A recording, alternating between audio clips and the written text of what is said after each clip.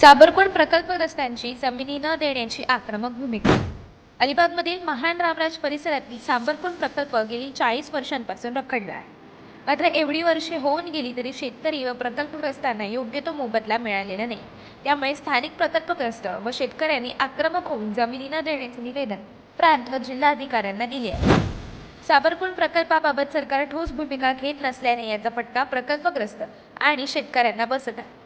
यापूर्वी हा प्रकल्प 700 कोटीहून अधिक होता. आता हा प्रकल्प 2000 कोटींवर जाऊन पोहोचला.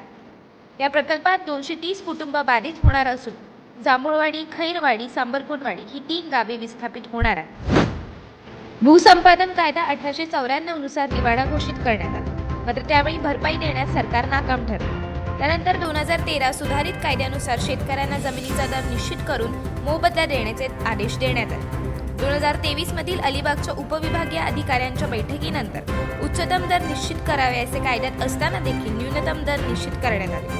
अंतिम निवाड्यानुसार 82,28,240 हेक्टरी संभाव्य दर देण्याचे ठरले. हा न्यूनतम दर शेतकऱ्यांना मान्य नाही. त्यामुळे त्यांनी हेक्टरी 2 कोटी रुपयांचा दर मिळावा अशी मागणी केली. जर ही मागणी ग्राह्य धरण्यात आली नाही तर आम्ही जमिनी देणार नाही अशी भूमिका शेतकऱ्यांनी घेतली आहे.